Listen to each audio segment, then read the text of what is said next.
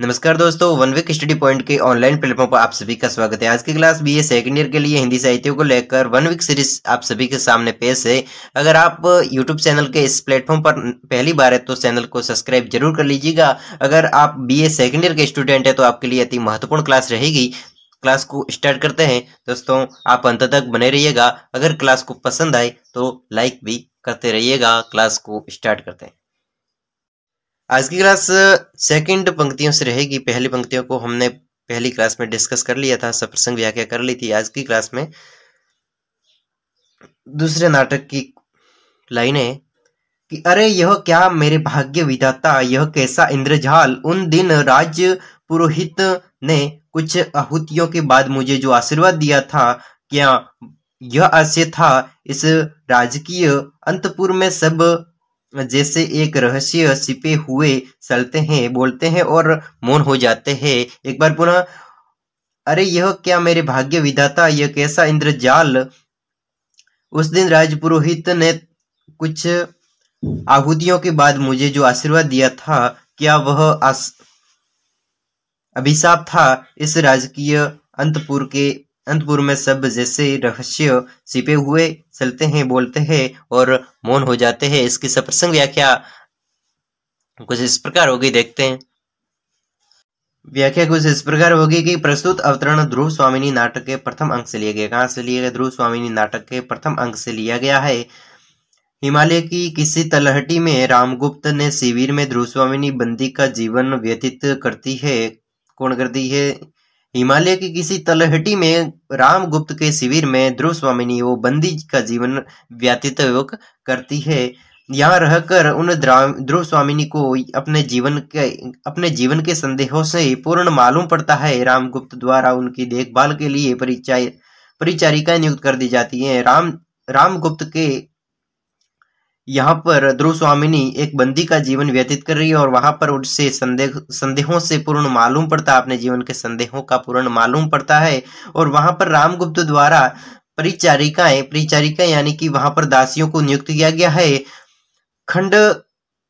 खड्गधारिणी तथा मंदाकिनी के मूक अभिनय से चिंतित होकर ध्रुव स्वामिनी अपने भाग्य को कोसती है। वहां पर ध्रुव स्वामिनी बैठी बैठी मंदाकिनी के वातावरण भयानक रहस्य को देखती है और अपने आप को कोसती है।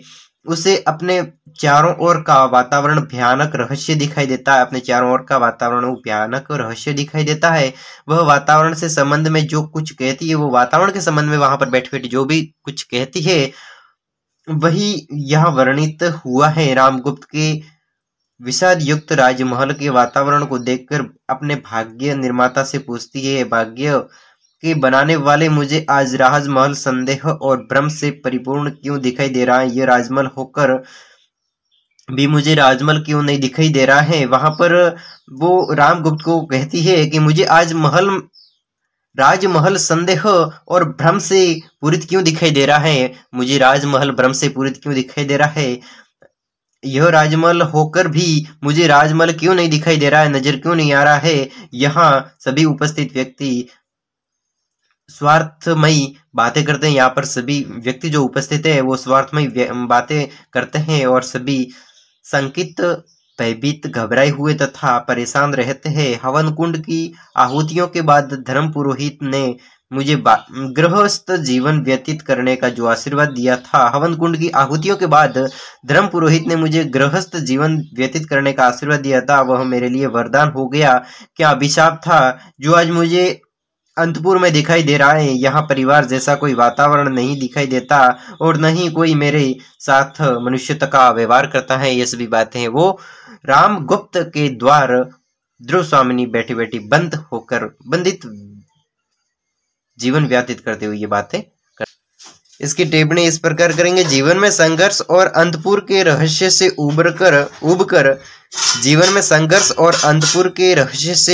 धर्म पुरोहित द्वारा किए गए आशीर्वाद को ध्रुव स्वामिनी देवी प्रकोप समझ लेती। किसका प्रकोप? ध्रुव स्वामिनी देवी प्रकोप समझ लेती। किसके? जीवन के संघर्ष, अंतपुर के रहस्य से उबकर धर्म पुरोहित द्वारा दिए गए आशीर्वाद को ध्रुव स्वामिनी वो देवी प्रकोप समझ लेती है। रामगुप्त के अंतपुर को रहस्यमय बतलाकर रामपुर के अंतपुर को रहस्यमय बताकर रामगुप्त की प्रवचना और क्रूरता की ओर संकेत दिया है। अवतरण की भाषा में सरलता, स्वाभाविकता और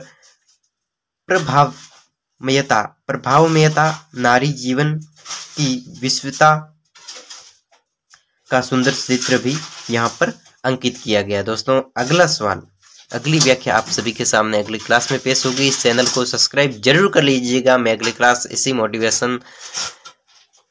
मोटिवेट होकर आप सभी के सामने पेश करता रहूंगा। तब तक के लिए अनुमति दीजिए। धन्यवाद। BA सेकेंड ईयर के विद्यार्थी चैनल को सब्सक्राइब जरूर कर लीजिएगा। जयनारायण व्यास विश्वविद्यालय जोधपुर की ओर से प्रस्तावित 1 वीक सीरीज आप सभी के सामने इसी प्रकार व्याख्या सहित पेश होती रहेगी।